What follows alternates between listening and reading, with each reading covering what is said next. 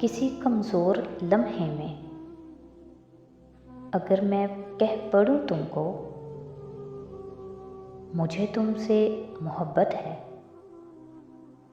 तो हंसकर टाल देना बात मेरी और बताना कि मोहब्बत जिनसे होती है उन्हें आगाह नहीं करते कि आगाही मोहब्बत में गोया मौत होती है।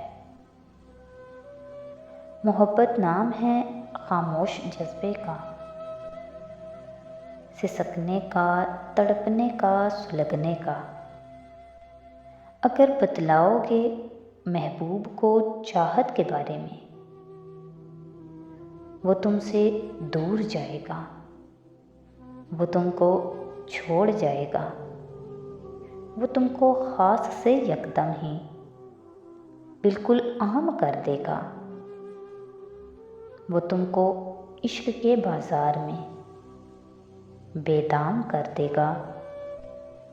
सो ए हमदम, लगाओ दिल को तुम 100 बार, लेकिन ध्यान ये रखना, तुम्हारे दिल में जो भी ठहरे उसे ये मत बताना कि वो तुम्हारे दिल का वासी है। उसे ये मत बताना कि बगैर उसके उदासी है।